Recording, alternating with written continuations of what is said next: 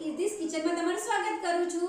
જ્યારે ઘરમાં કોઈ પણ શાકભાજી ના હોય ત્યારે મહિલાઓને મૂંઝવણ થાય છે કે આજે આપણે શું બનાવીશું।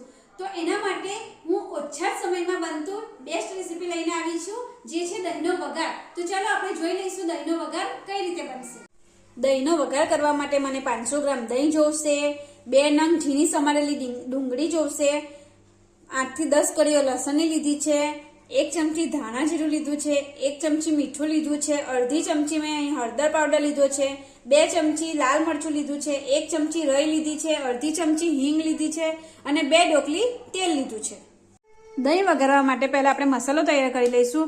એના માટે આપણે ખાયણી દસ્તામાં 8 થી 10 લસણની કળીઓ લીધી હતી એ નાખી દઈશું અને અડધી ચમચીથી થોડો મસાલો અંદર આપણે લાલ મરચું થોડું અંદર એડ કરી દઈશું અને પછી એને ખાંડી લઈશું અને અડધું મરચું આપણે રવા દઈશું વઘાર કરવા માટે।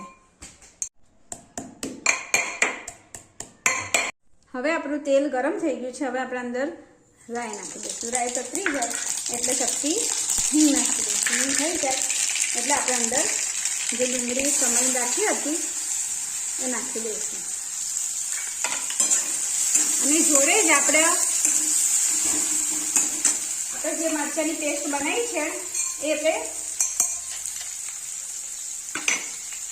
લસણ અને મરચાની જે પેસ્ટ આપણે તૈયાર કરી છે એ આપણે જોડે જ નાખી દેવાની છે અને સાતરી લેવાનું છે સરસ।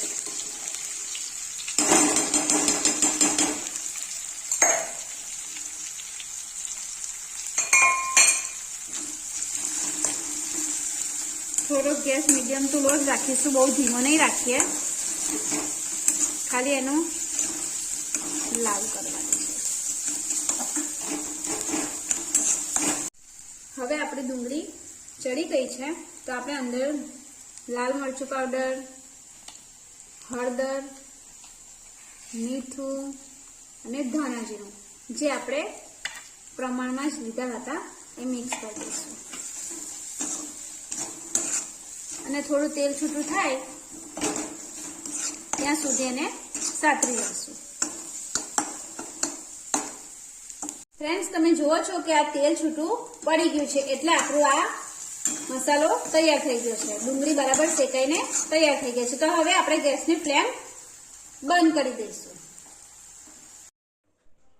હવે ગેસની ફ્લેમ મેં બંધ કરી દીધી છે અને દહીંને આપણે થોડું ફેટી લઈશું। પહેલા શું કરતા હતા આપણે કે દહીંને બગારની અંદર નાખી દેતા હતા અને ગરમ હોવાના કારણે દહીં આપણું ફાટી જતું હતું, પણ હવે મારી સિક્રેટ ટિપ્સ એ છે કે તમે દહીંનો વઘારને દહીંની અંદર નાખી દો એટલે તમારું દહીં ક્યારેય નહીં ફાટે અને આ ટિપ્સથી તમે બનાવશો ને તો જરૂરથી તમારું દહીં ટેસ્ટી અને સ્વાદિષ્ટ બનશે। તો આ જરૂરથી મારી ટિપ્સને અજમાવજો અને કોમેન્ટ કરજો।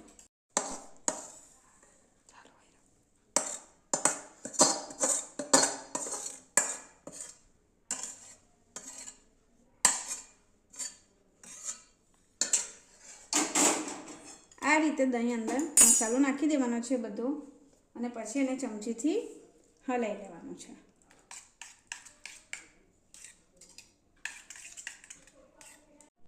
હવે થોડા કોથમીરના પાન નાખીને આપણો દહીંનો વઘાર સજાવી લઈશું।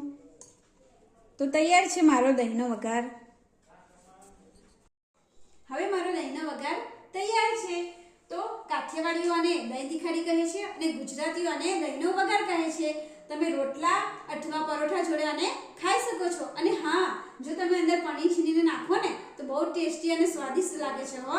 તો તમને એકવાર જરૂર ટ્રાય કરજો। જો તમને આ વિડીયો ગમે તો મારા વિડીયોને લાઈક, શેર, કમેન્ટ